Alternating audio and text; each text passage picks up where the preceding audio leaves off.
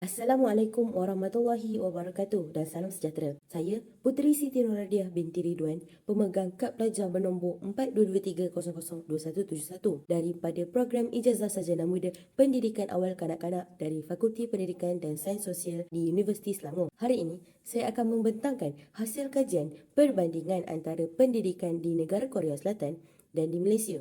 Kajian ini pada asalnya dilakukan untuk menambah baik kualiti pendidikan di Malaysia dengan membandingkan antara sistem pendidikan di negara Korea Selatan dengan sistem pendidikan di negara Malaysia.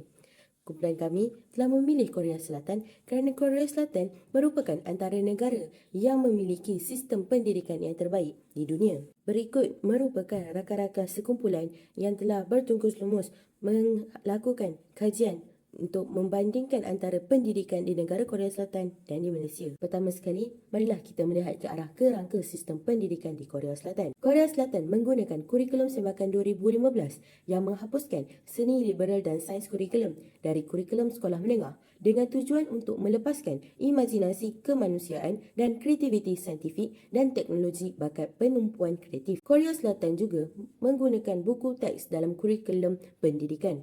Buku kurikulum dibahagikan kepada 3 jenis iaitu buku teks yang ditetapkan kerajaan, dibenarkan dan diluluskan. Hak cipta dalam buku teks yang ditetapkan kerajaan adalah dimiliki oleh Kementerian Pendidikan. Buku teks yang diberikan kuasa memerlukan pemeriksaan oleh Menteri Pendidikan. Dan buku teks yang diluluskan mesti mendapat kelulusan daripada penguasa pendidikan iaitu Wakil Menteri Pendidikan. Buku teks yang diluluskan hanya digunakan apabila tiada buku teks yang ditetapkan atau dibenarkan oleh kerajaan tersedia atau apabila buku teks yang ditetapkan atau dibenarkan oleh kerajaan memerlukan bahan tambahan. Sistem pendidikan negara di Korea Selatan. Pertama sekali, objektif utama bagi sistem pendidikan negara Korea Selatan ialah untuk memberikan pengetahuan asas, menanamkan nilai-nilai serta kemahiran dalam diri pelajar untuk pembangunan negara.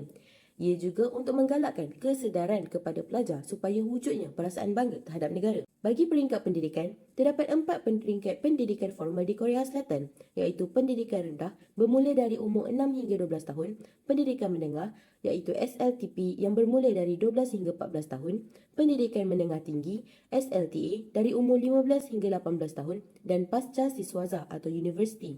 Terdapat juga Hagwon yang merupakan institusi pendidikan tambahan selepas tamatnya waktu pendidikan formal di sekolah. Institusi ini memberikan pendidikan tambahan merangkumi kurikulum di sekolah. Seterusnya adalah pendekatan. Pendekatan yang digunakan adalah untuk membangunkan kemahiran menyelesaikan masalah dan memupuk penyertaan aktif pelajar di sekolah. Antara pendekatannya ialah penyelesaian masalah, penerokaan, perbincangan tentang matematik, penggunaan teknologi, kerja berkumpulan, projek, mengaplikasikan matematik dalam kehidupan seharian. Keempat, sistem penilaian pendidikan yang digunakan di Korea Selatan adalah berbeza dengan Malaysia. Ini kerana bagi kemasukan sekolah menengah, tiada sebarang peperiksaan yang perlu diambil untuk memasuki sekolah menengah kerana ia bergantung kepada GPA pelajar untuk masuk ke sekolah menengah yang lebih baik. Untuk kemasukan universiti pula, pelajar perlu menduduki College Scholastic Aptitude CSAT untuk menentukan kemasukan mereka ke universiti selepas tamat pengajian di sekolah menengah. Seterusnya, struktur pentadbiran pendidikan Korea Selatan. Struktur pentadbiran pendidikan Korea Selatan terdiri daripada beberapa agensi dan badan yang bertanggungjawab untuk mengurus dan membangunkan sistem pendidikan negara tersebut. Berikut adalah struktur pentadbiran pendidikan negara Korea Selatan. Yang pertama adalah Kementerian Pendidikan yang lebih dikenali sebagai Ministry of Education. Kementerian Pendidikan adalah badan utama yang bertanggungjawab untuk merancang, melaksanakan dan mengawasi dasar-dasar pendidikan di Korea Selatan. Mereka mempunyai kuasa dalam mengeluarkan peraturan dan garis panduan untuk sistem pendidikan negara tersebut. Yang kedua adalah Badan Pendidikan Dasar yang lebih dikenali sebagai Basic Education Bureau. Badan ini bertanggungjawab untuk menguruskan dan membangunkan pendidikan dasar di Korea Selatan, termasuk pendidikan prasekolah, sekolah rendah dan sekolah menengah pertama. Mereka memastikan pelaksanaan kurikulum yang sesuai dan menyediakan sokongan kepada sekolah-sekolah dalam hal pengajaran dan pembelajaran. Yang ketiga adalah Badan Pendidikan Menengah yang lebih dikenali sebagai Secondary Education Bureau. Badan ini bertanggungjawab untuk menguruskan dan membangunkan pendidikan menengah di Korea Selatan, termasuk sekolah menengah atas. Mereka memastikan pelaksanaan kurikulum yang sesuai, menyediakan sokongan kepada sekolah-sekolah dan mengawasi ujian nasional. Yang keempat adalah Badan Pendidikan Tinggi yang lebih dikenali sebagai Higher Education Bureau. Badan ini bertanggungjawab untuk menguruskan dan membangunkan pendidikan tinggi di Korea Selatan, termasuk universiti dan kolej. Mereka memastikan kualiti pendidikan tinggi, mengawasi akreditasi institusi pendidikan tinggi dan menyediakan sokongan kepada institusi-institusi tersebut. Yang terakhir adalah Badan Pendidikan Khusus yang lebih dikenali sebagai Special Education Bureau. Badan ini bertanggungjawab untuk menguruskan dan membangunkan pendidikan khusus bagi pelajar-pelajar yang mempunyai keperluan pendidikan. Seterusnya, kurikulum pendidikan prasekolah di Korea Selatan. Kurikulum pendidikan prasekolah di Korea Selatan memberikan penyelidikan menyeluruh kepada kanak-kanak prasekolah. Biasanya, ia merangkumi bahasa dan komunikasi, matematik, sains, kajian sosial, pendidikan jasmani, seni dan kreativiti, muzik dan tarian, pendidikan karakter, bermain dan sosialisasi serta pendidikan keselamatan. Untuk bahasa dan komunikasi, kanak-kanak diberikan penekanan terhadap perkembangan bahasa Korea, kosakata asas dan kemahiran berkomunikasi. Untuk matematik, kanak-kanak diperkenalkan kepada konsep matematik asas, pengiraan, bentuk dan nombor.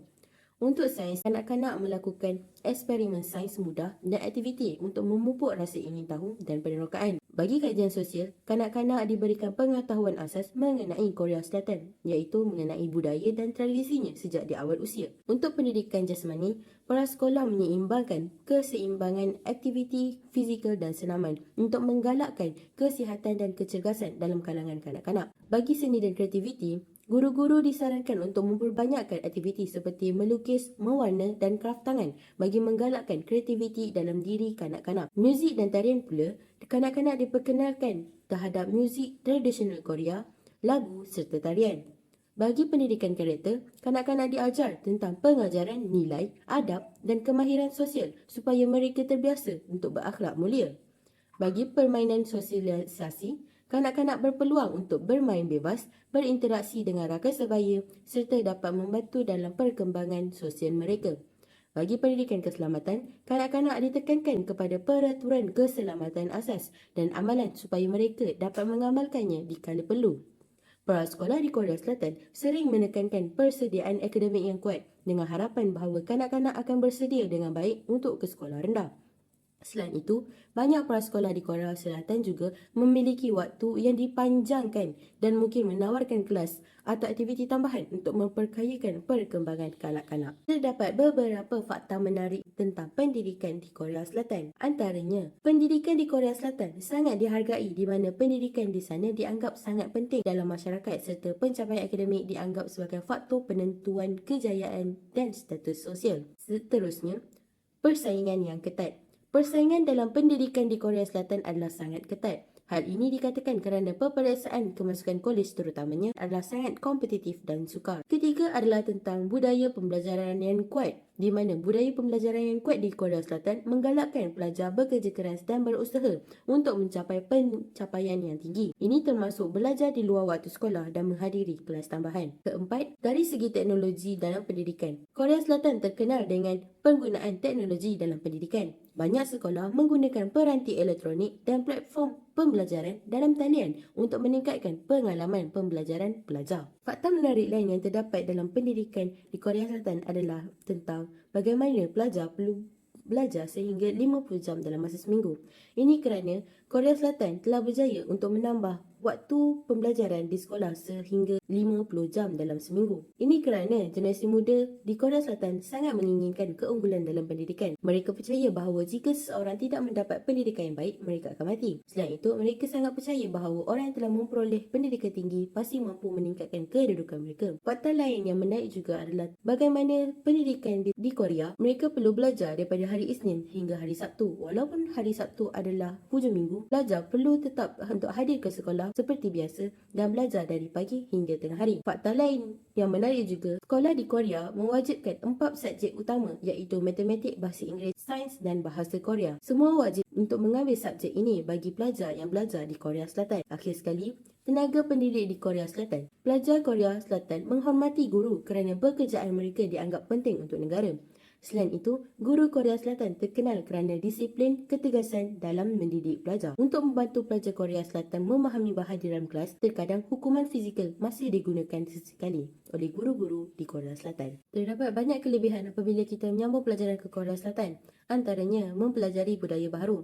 Apabila melanjutkan pelajaran ke Korea Selatan, kita dapat mengetahui budaya Korea Selatan yang sangat berbeza dengan Malaysia dari segi makanan, pakaian, perayaan dan sebagainya. Contohnya seperti makanan tradisional Korea Selatan iaitu kimchi. Selain itu, dapat membina persahabatan baru. Hal ini dikatakan kerana apabila melanjutkan pelajaran di Korea Selatan, anda akan berjumpa pelajar antarabangsa daripada pelbagai negara. Apabila anda pergi belajar ke luar negara, anda mungkin akan keseorangan dan berjauhan dengan keluarga serta rakan tersayang di Malaysia. Dengan membuat kenalan baru dan membina persahabatan, mereka akan menjadi keluarga di sana yang akan menemani anda sepanjang anda belajar. Seterusnya, dapat melatih diri untuk bersikap terbuka. Hal ini dikatakan kerana apabila belajar di luar negara, kita perlulah bersifat terbuka supaya dapat menyesuaikan diri dengan kepercayaan yang berbeza dengan pengetahuan sedia ada. Dengan pemikiran terbuka, anda akan saling menghormati dan memahami idea dan perspektif yang berbeza tanpa menyinggung perasaan sesiapa. Akhir sekali, mempelajari bahasa Korea Selatan. Hal ini apabila berada di negara orang lain, secara tidak langsung kita perlu mempelajari bahasa mereka. Apabila berada di Korea Selatan, perlulah mempelajari bahasa Korea Selatan iaitu Hangul untuk membenarkan kita berkomunikasi dengan masyarakat di sana. Namun, terdapat kekurangan di dalam sistem pendidikan di Korea Selatan jika dibandingkan dengan Malaysia. Antara kekurangan pendidikan di Korea Selatan ialah menitik beratkan sistem pendidikan yang membebankan seperti menghafal. Di Malaysia, pelajar tidak ditekankan untuk menghafal suatu tajuk, malah lebih kepada memahami apa yang diajar serta menyamaratakan pemahaman dalam setiap subjek. Seterusnya, terdapat peningkatan dalam bilangan pelajar yang membunuh diri dari usia umur 15 hingga 24 tahun. Hal ini kerana mereka menghadapi tekanan terhadap prestasi akademik dan cita-cita yang perlu dicapai disebabkan oleh sistem pendidikan Korea Selatan yang lebih mementingkan akademik dan kurang mementingkan kemahiran. Berbeza dengan Malaysia yang mementingkan kedua-duanya sekali iaitu akademik dan kemahiran. Seterusnya, kekurangan pendidikan di Korea Selatan adalah waktu belajar di sekolah yang lama iaitu selama 16 jam. Hal ini menyebabkan kurangnya waktu rehat bagi pelajar di rumah. Berbeza dengan Malaysia yang menetapkan waktu belajar di sekolah adalah hanya selama 6 hingga 7 jam setiap hari. Ini membenarkan pelajar untuk mempunyai waktu rehat di rumah dan beriadah. Selain itu, Korea Selatan juga mempunyai jadual waktu belajar yang lama. Bagi pelajar sekolah rendah, masa di sekolah adalah dari 8 pagi hingga 1 petang. Manakala sekolah menengah pula bermula pada 9.30 pagi hingga 10 malam.